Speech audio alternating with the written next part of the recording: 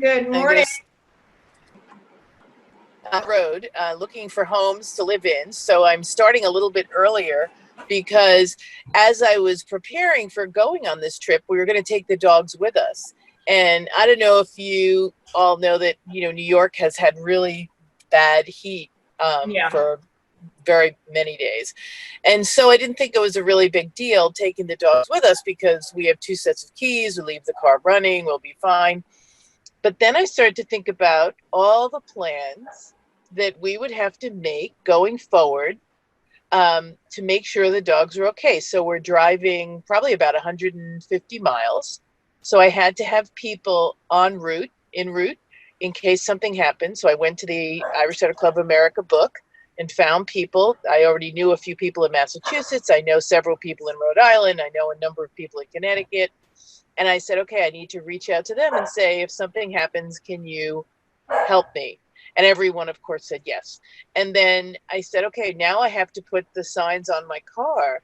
And this is the sign in my car for New York into Southern Connecticut. And this is the sign in my car for Southern Connecticut up into Rhode Island. And I thought about it and I said, wow, this is really so important to do. And yet it really takes time. So it was an interesting process I went through. As it turns out, I left the dogs home. As you can see, I have an empty car. I left the dogs home because the other piece that I considered that was really, really important is how people feel when they see dogs in a car alone. And if we went Especially to with all the dinner, new laws. Yeah.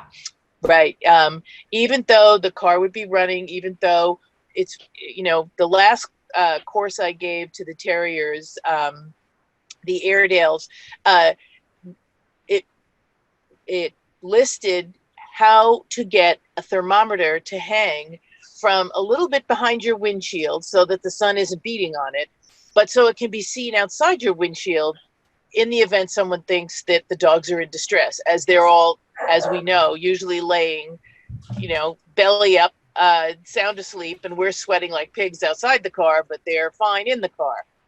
So I had left all that information and I said, it's just not worth it. And as it turned out, the woman who always took care of my dogs in the old house said she'd be happy to stay with them, stay overnight. And so it was much less troubling for me, not because I hadn't made my plan for the drive up in case something happened, but the unexpected and the things you can't plan for, which is some good Samaritan, in quotation marks, feels my dogs are in distress in my car, even though they likely aren't. So that's something I wanted to chat on today. We had chatted about that over the weekend.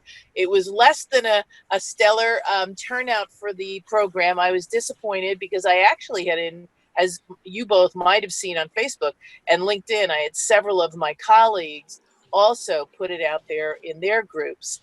And it was a little disappointing, the turnout, but we were making strides.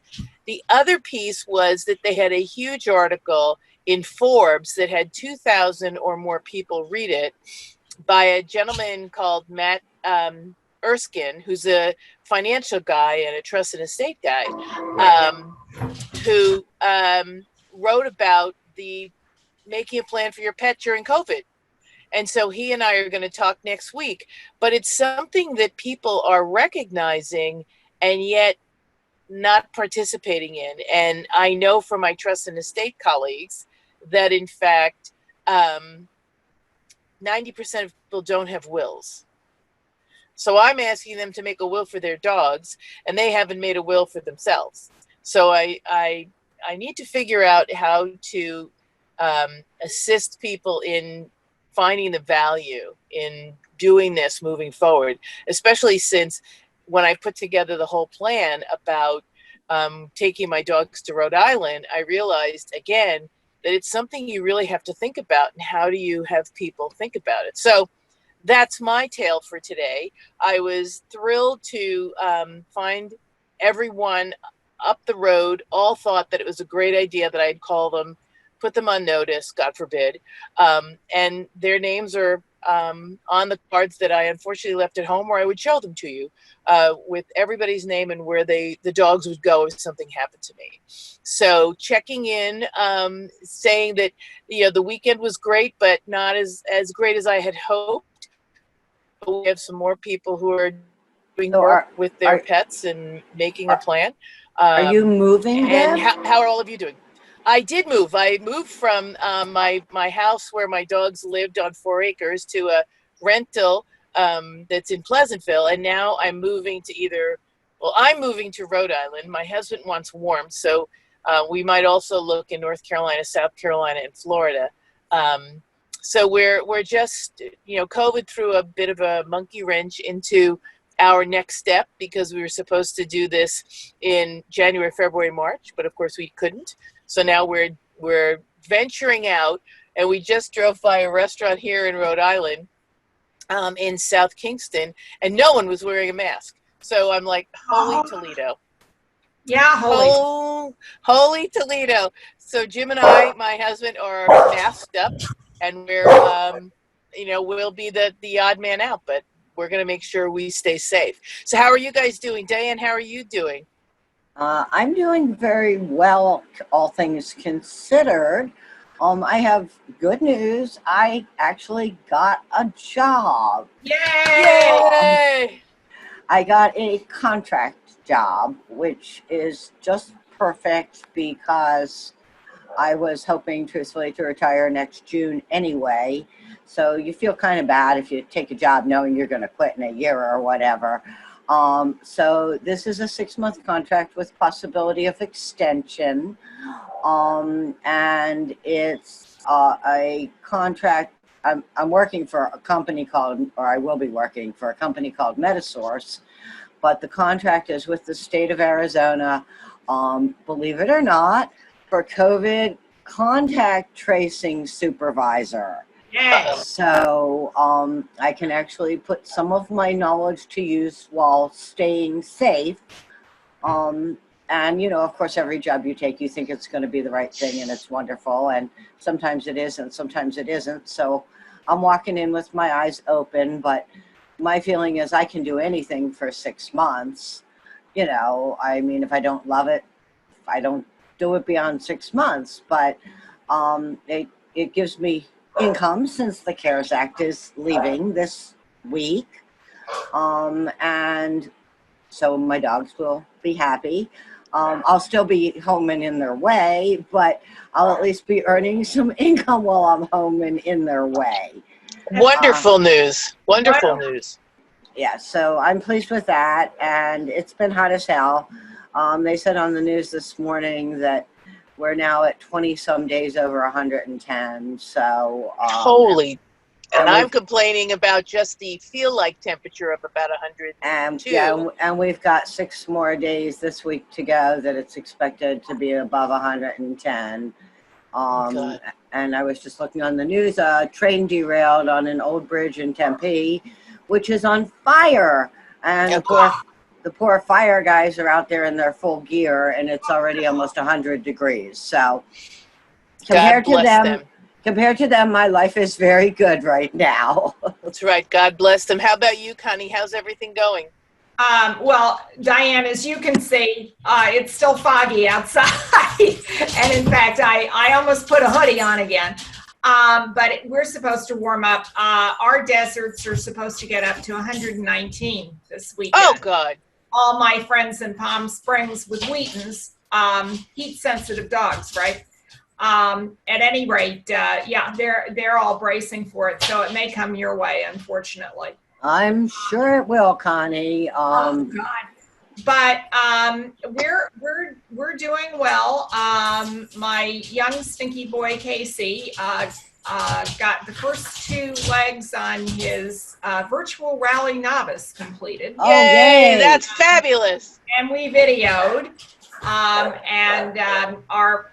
usual rally practice gang just decided we were going to do it. I was the instigator, and our long ago instructor, who's now just one of the gang, set up the AKC specified courses, and we're doing the next 2 sets of courses this Friday, and then I will just upload to YouTube and send them into AKC, and hopefully we will qualify. Awesome. Congratulations. I Well, know not some, yet.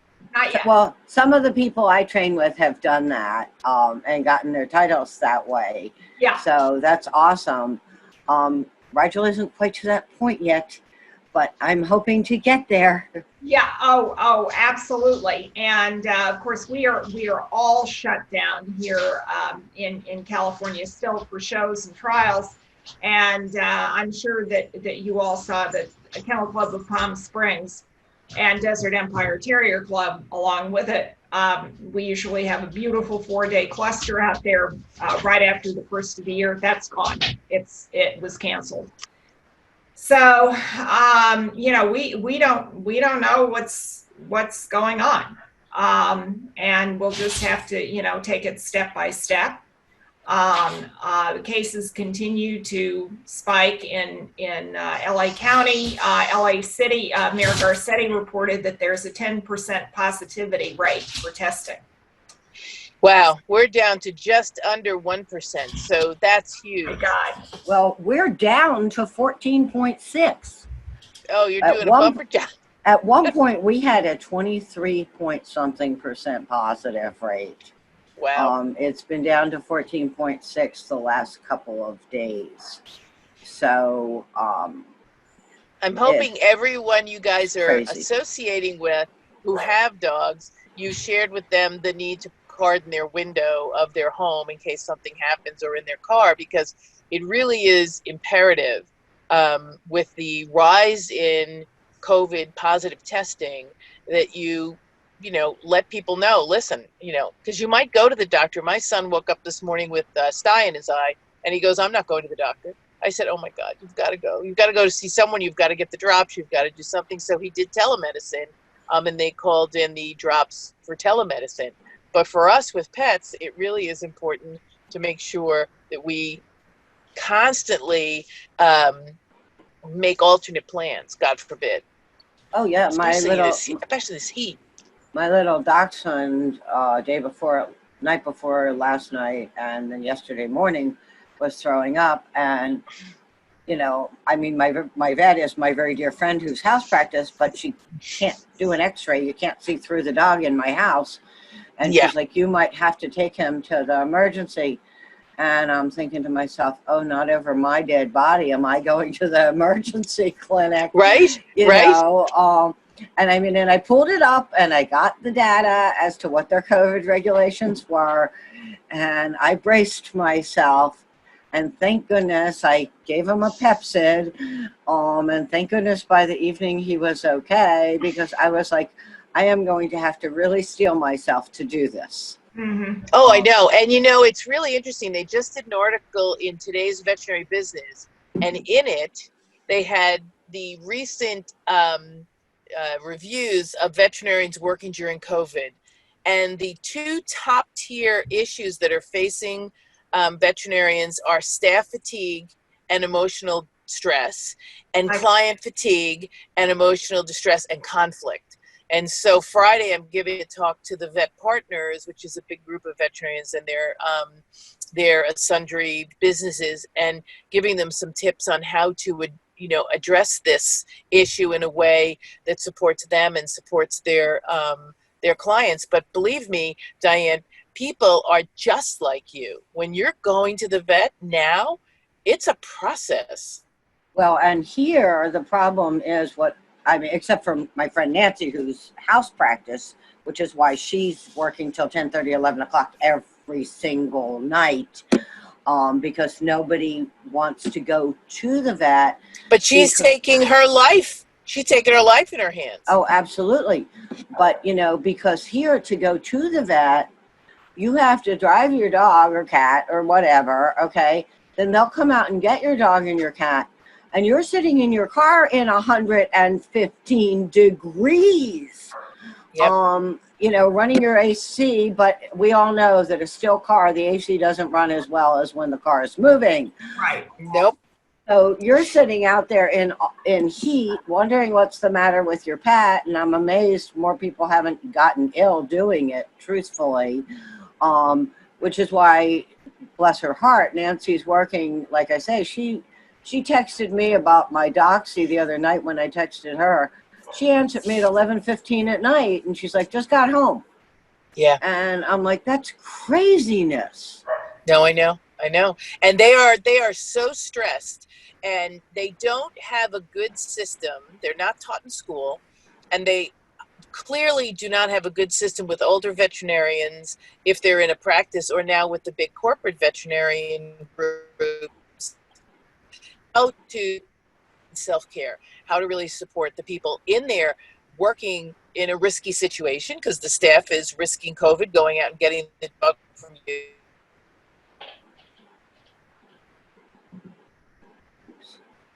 I'd say, oh my God, you're a hypochondriac. However, you know what? I'm not a hypochondriac if I feel as if this is something I'm frightened of, and I am.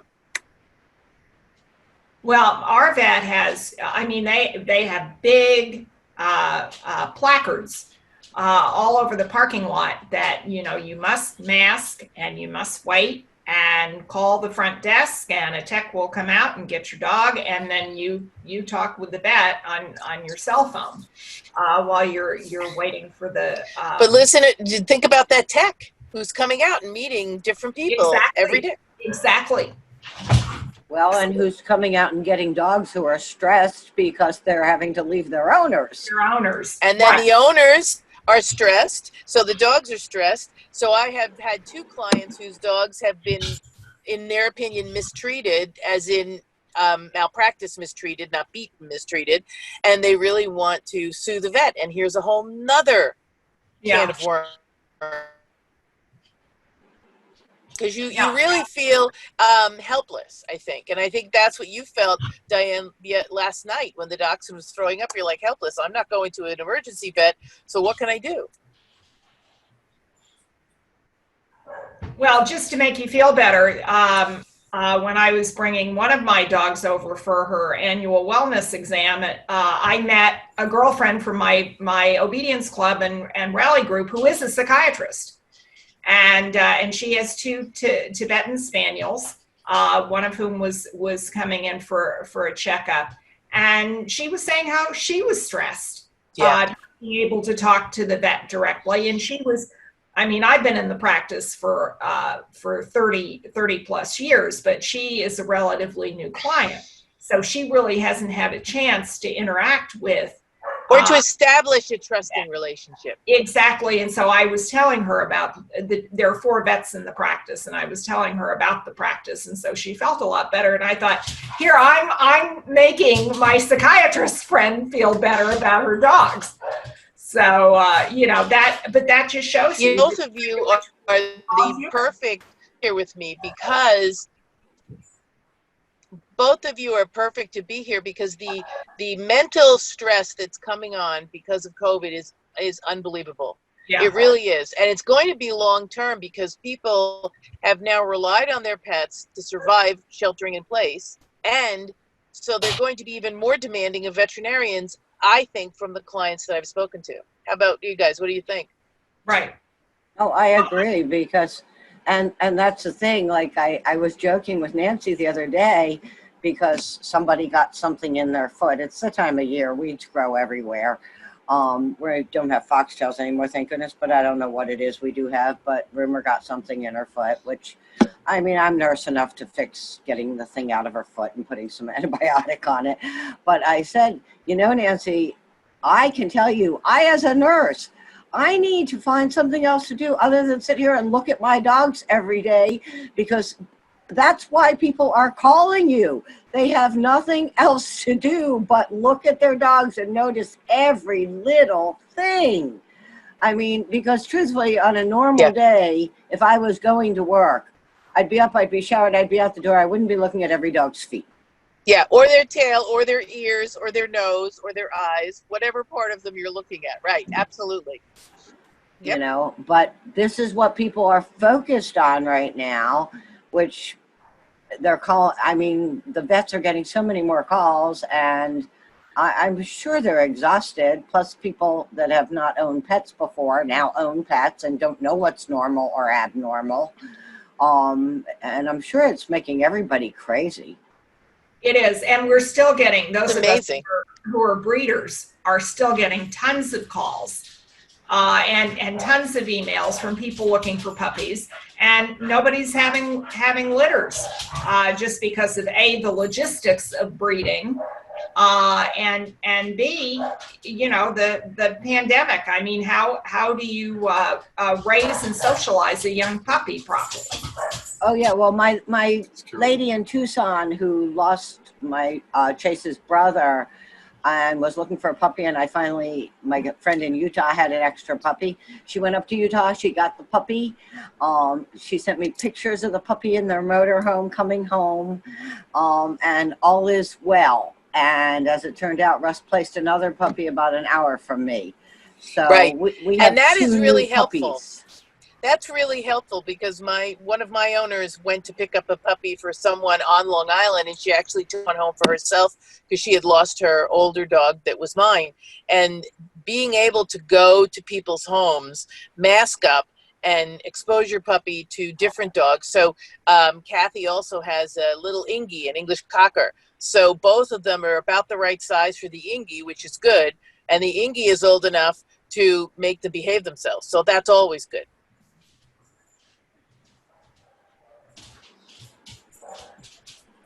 Well, another issue too is the dog shows back east are reopening. Yes, they are. There were big clusters in Greenville and the Mountain Laurel cluster. In fact, I had friends, Wheaton friends, who did extremely well over that weekend. And then the Canfield, Ohio shows are coming up, 5 days, 3,000 entries.